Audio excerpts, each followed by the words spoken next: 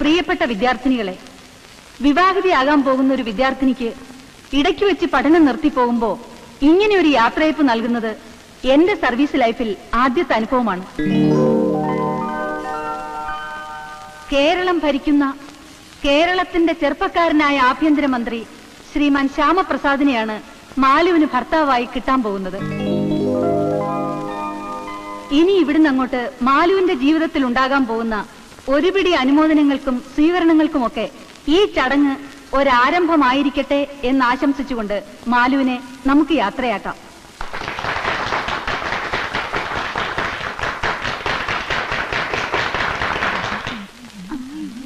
ആ മാലു, ഒരു മിനിറ്റ് ഒന്ന് വന്നേ. ഞാനൊരു സഹായം ആവശ്യപ്പെട്ട മാലു അത് ചെയ്തു തരുമോ? എന്താ മാഡം? ദാ, എന്താ ഇത്? എന്റെ ട്രാൻസ്ഫറിനുള്ള റിക്വസ്റ്റാ. മാലു ഇത് ശരിയാക്കി തരണം. ഞാനോ? അതെ, മന്ത്രിയോട് ഭാര്യ ആദ്യം പറയുന്ന റെക്കമെൻഡേഷൻ ആവുമ്പോ മന്ത്രി ഉപേക്ഷിക്കില്ല. പറ്റില്ല എന്ന് പറയരുത്. എങ്ങനെയെങ്കിലും മാലു ഇത് ശരിയാക്കി തരണം. അയ്യോ, ഏതായാലും ഞാൻ അദ്ദേഹത്തോട് പറഞ്ഞു നോക്കട്ടെ. പിന്നെയൊക്കെ മാറ്റന്റെ ഭാഗ്യം. Thank you Malu, thank you very much. എന്നാ വരട്ടെ. ഞാൻ വരട്ടെ.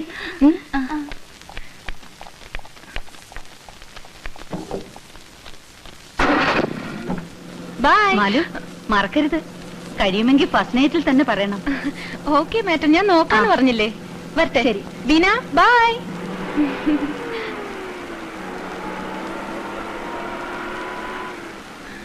ആ ടീച്ചർക്ക് എന്താ റെക്കമെൻഡേഷനാ? ആ, വീട്ടിലും വരണ്ട് ഒരുപാടെണ്ണം. മന്ത്രിയെ കൊണ്ട് അത് ചെയ്യിച്ചു തരണം, ഇത് ചെയ്യിച്ചു തരണം എന്നൊക്കെ പറഞ്ഞ്.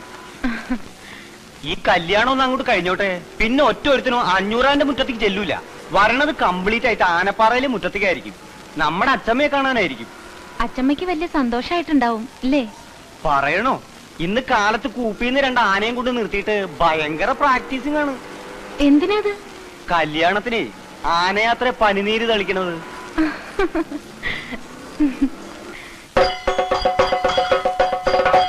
തളിയാന പനിനീര്, തളിയാന പനിനീര്, തളിയാനെ തളിയാന പനിനീര്, ഇവിടെ തളിയാന പനിനീര്, തളിയാന പനിനീര്.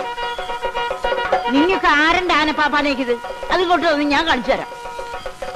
തളിയാന പനിനീര്, ഇവിടെ തളിയാന പനിനീര്, പനിനീര് തളിയാനെ.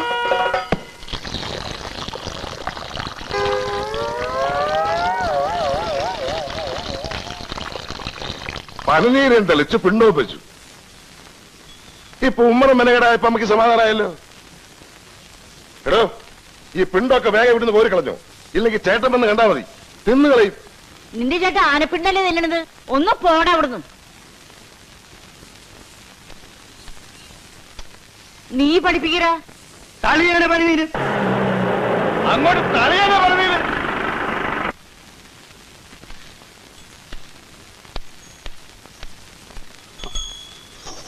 എന്താണ്ടോ നിന്ന് കണ്ണൂരിച്ചിരുന്നത്? തന്നോട് ആരോടോ പറഞ്ഞു ആനയെ ഇങ്ങോട്ട് കെട്ടിയെടുക്കാൻ? ഞാൻ അമ്മ ഒന്ന് ചുമ്മാ ഇരിക്കുന്നുണ്ടാ? അവിടെ ആന ഇല്ലാതെ കൂപ്പി പണി മുടങ്ങി. ആനകൾ ഇവിടെ കൊണ്ടു നിർത്തി കോപ്പറായം കാണിക്കുന്ന.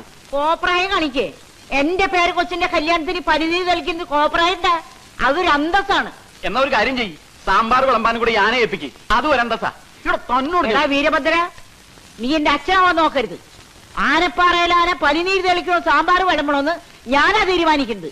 പോടാകത്ത് ഒരു മതി. കേറി പോടാകത്ത്.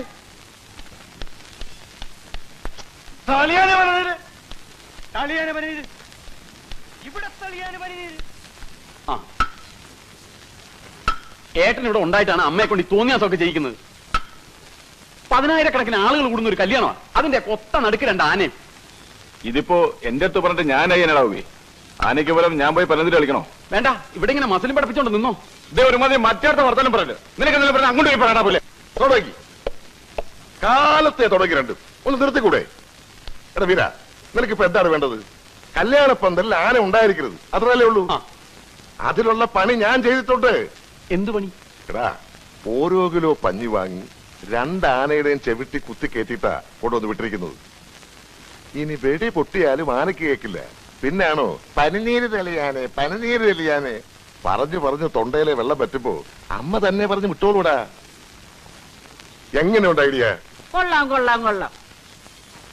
ആനയുടെ ചവിട്ടില് മാത്രമല്ല, നിന്റെ അമ്മയുടെ ചവിട്ടിലും വെക്കണ പഞ്ഞി. ഇതേ ഒരു കാര്യം ഞാൻ പറഞ്ഞേക്കാം, അമ്മയില്ലാത്ത ഒരു കൊച്ചിന്റെ കല്യാണ ഇത്. പന്തലിലെ ആനയെന്നല്ല, അമ്പാരിയും വെടിക്കെട്ടും ഒക്കെ ഉണ്ടാവും.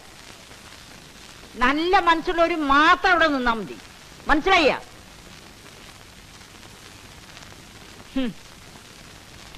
എനിക്കറിയാൻ പാടില്ല എന്റെ ദൈവമേ, കല്യാണത്തിന് വരുന്ന എത്ര എണ്ണത്തിന് ആനത വെട്ടിക്കൊല്ലുന്നു.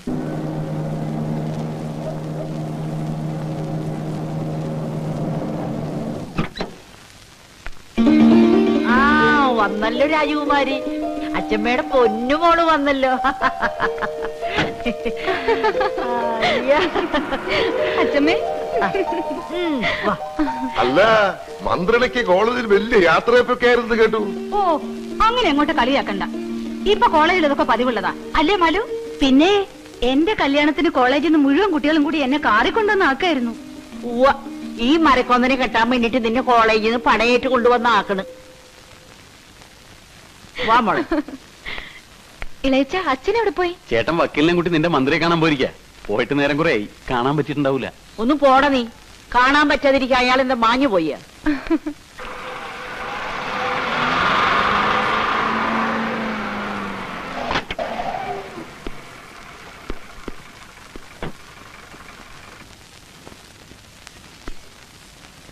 എന്താടോ വക്കീലേ? അവിടെ ആരെങ്കിലും ഉണ്ടെങ്കിൽ ഒന്നും കൂടെ വരാൻ പറ. എന്നെ കൊണ്ട് ഒറ്റയ്ക്ക് ആവില്ല, ഒന്ന് പിടിച്ചു തരാൻ പറ. ആരും ഇല്ലടാ അവിടെ വക്കീലൊന്നും സഹായിക്കാൻ. എന്താ? ഒന്ന് പിടിച്ചു കൊടുത്തേടാ. അവിടുന്ന് ഏതാണ്ടൊക്കെ കൊടുത്തു വിട്ടുണ്ട്.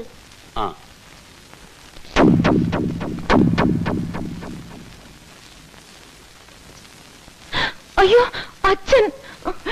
നോക്കി കണ്ണുകൊണ്ട് പിടിക്കേ.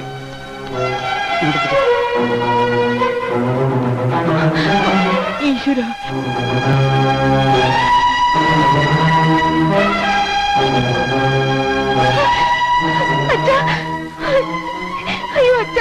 നിങ്ങളൊന്നും അവിടെ മാറി എത്തി കാറ്റ് കൊള്ളട്ടെ. വലിയ എന്താ പറ്റിയത്?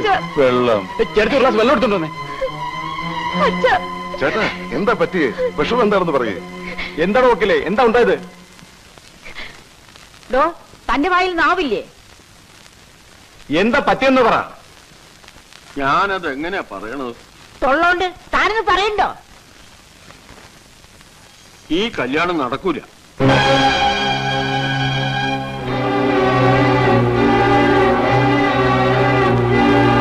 മന്ത്രിക്ക് നമ്മളുമായിട്ടുള്ള ബന്ധത്തിന് ബുദ്ധിമുട്ടുണ്ടെന്ന്.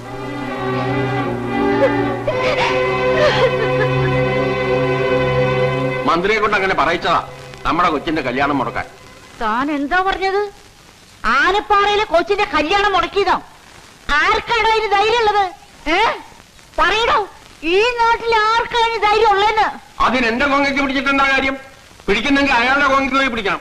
ആ 500 അയാളാ ഈ കല്യാണം മുടക്കിയത്.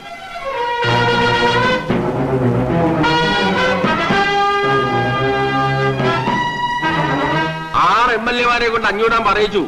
ഈ കല്യാണം നടന്നാൽ മന്ത്രിസഭയ്ക്കുള്ള പിന്തുണ പിൻവലിക്കുന്നു. ഒടുവിൽ മന്ത്രിസഭ വീഴുന്നായപ്പോ മന്ത്രി കല്യാണത്തിന് പിന്മാറി.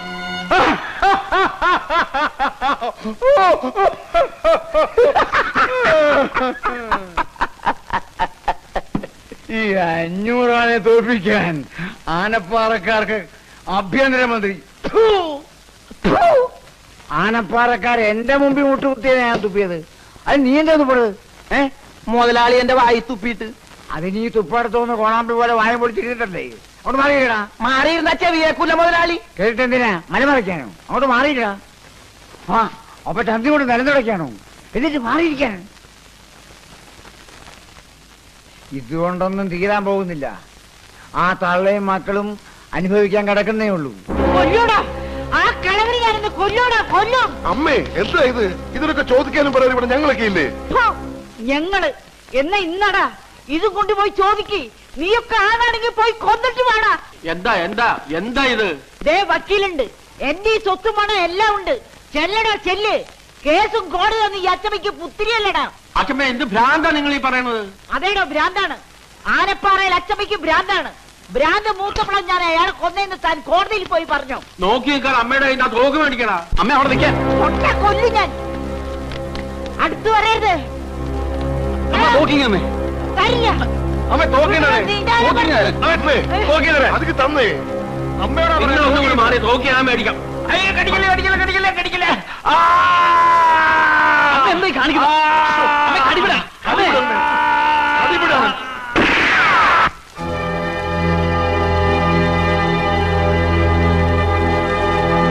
അസല ഇതിലും വലിയൊരു അടി അവർക്കിനി കിട്ടാനില്ല. ഇനിയിപ്പോ ഇവിടത്തെ കുട്ടികൾക്ക് സ്വസ്ഥമായി ജീവിക്കാമല്ലോ. ഇവിടുത്തെ കുട്ടികൾ ഇപ്പോഴും സ്വസ്ഥമായിട്ട് തന്നെയാണോ ജീവിക്കുന്നത്? മുതലാളി, ജീവിക്കണമെന്ന് പറഞ്ഞ ഇതൊരു ജീവിതമാണോ മുതലാളി? ഒന്നുകിൽ നാട്ടുകാരെ സഹായിക്കാൻ വേണ്ടി തല്ലുണ്ടാക്കുക, അല്ലെങ്കിൽ ആനപ്പാറക്കാരെ തോൽപ്പിക്കാൻ വേണ്ടി തല്ലുണ്ടാക്കുക. ഇതല്ലാതെ അവർക്കും വേണ്ടേ മുതലാളി ഒരു ജീവിതം? വേണ്ട. ഇനിയും ഇങ്ങനെ വാശി പിടിക്കണം. കൊല്ലം 10-20 ആയില്ലേ അതൊക്കെ കഴിഞ്ഞിട്ട്? ഇനിയെങ്കിലും അവന്ന് അവസാനിപ്പിച്ചൂടെ? പഴയതൊക്കെ മറന്നൂടെ? മറക്കണോ? പഴയതൊക്കെ ഞാൻ മറക്കണോ? എന്തൊക്കെയാണോ ഞാൻ മറക്കേണ്ടത്? പറയുന്നു. എന്തൊക്കെയാ മറക്കേണ്ടത്? എന്റെ ലക്ഷ്മി, ഈ വീടിന്റെ മഹാലക്ഷ്മി എന്റെ കൺമുമ്പിലാ വെട്ടുകൊണ്ട് വീണത്.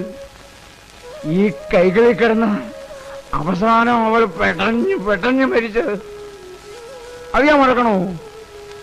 പിന്നെ 14 കൊല്ലം ഞാൻ പൂരപ്പുര സെൻട്രൽ ജയിലിൽ കരിങ്കല്ലുടച്ചത് മറക്കണോ? മറക്കണോന്ന്? എടോ, താനിപ്പോ ചോദിച്ചില്ലേ എന്റെ മക്കൾക്കൊരു ജീവിതം വേണ്ടെന്ന്? അവർക്ക് എന്തേ ഒരു ജീവിതം ഇല്ലാണ്ടായി പോയി? എന്തേ എന്റെ ബാലരാമൻ കല്യാണം കഴിക്കുന്നത്? എന്റെ സ്വാമിനാഥനും പ്രേമചന്ദ്രനും എന്തുകൊണ്ട് കല്യാണം കഴിച്ചില്ല? എന്റെ രാമഭദ്രന് ശേഷം ഒരു കുഞ്ഞിക്കാലി മീറ്റത്ത് എന്തേ ഓടി കളിച്ചില്ല? പറയടോ, പറയാൻ.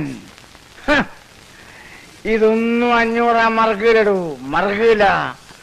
ആ തള്ളയും മക്കളെയും നശിപ്പിച്ച് ഈ 500 ശവം ചമ്പലാവൂ.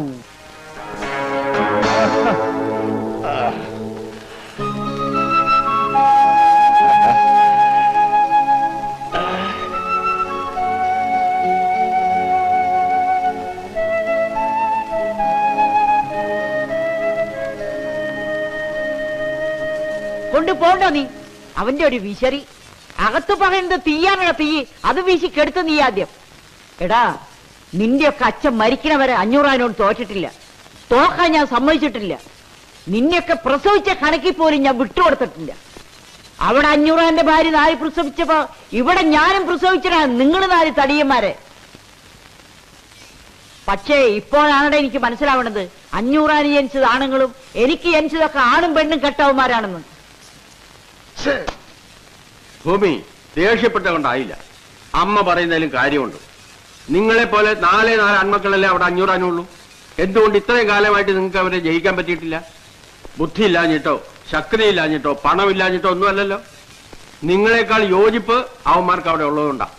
അവിടെ 500 പറയുന്നു, മക്കൾ അനുസരിക്കുന്നു. ഇവിടെ അതാണോ സ്ഥിതി?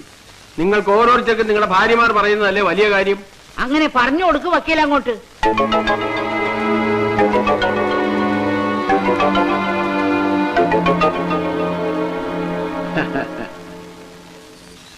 അസലായി. ഇതാ പെണ്ണിന്റെ ശക്തി. പോയപ്പോ വാല് പോലെ കൂടെ പോയത് കണ്ടോ? ഇതുപോലെ അവന്മാരും 4 വഴിക്ക് ആകണമെങ്കിൽ അവിടെ ഒരു പെണ്ണ് വേണം. അവിടെ പെണ്ണില്ലാത്തതാ അവരുടെ ശക്തി. അവിടെ ഏതെങ്കിലും ഒരുത്തന്റെ മനസ്സിലേക്ക് ഒരു പെണ്ണെന്ന് വന്ന് നോക്കട്ടെ. പിന്നെ നിങ്ങളും വേണ്ട, വക്കീലും വേണ്ട, കേസും വേണ്ട, കോടതിയും വേണ്ട, ഒന്നും വേണ്ട. എല്ലാം അവള് ചെയ്തോളൂ. 500 കുടുംബം കുഴിച്ച് കുളം തോണ്ടുന്ന കാര്യം ആ പെണ്ണ് നോക്കിക്കോളൂ. എന്തു പറയുന്നു? പതിയാക്കണമെന്ന് കുറെ നേരമായില്ലെന്ന് കുരക്കണത്. ഇവിടെ ഒരു വെച്ച് കല്യാണം മടങ്ങി കരഞ്ഞാലിച്ച് കിടക്കണത്. അപ്പോഴയാൾ അവന്മാർക്ക് വേണ്ടി അന്വേഷിക്കാൻ നടക്കണത്. കല്യാണം മുടങ്ങുന്ന വെച്ചാൽ ഞാൻ കൊല്ലാൻ പറ്റുമോ? പഠിക്കാൻ വിടണം. കൊല്ലണോ പഠിപ്പിക്കണോ എന്നൊക്കെ ഞങ്ങൾ തീരുമാനിച്ചോളാം. അതിനി പഠിക്കാൻ പോവില്ല എന്നാ പറയുന്നത്. പഠിക്കാൻ പോകില്ല എന്നൊക്കെ അത് പറയും. പക്ഷെ ഇനി ഇവിടെ ഇങ്ങനെ നിർത്തിക്കൊണ്ടിരുന്ന അതിന്റെ വിഷമം കൂടുകയുള്ളൂ. അതുകൊണ്ടാണ് പറയണത് അതിനെ പഠിക്കാൻ വിടണം.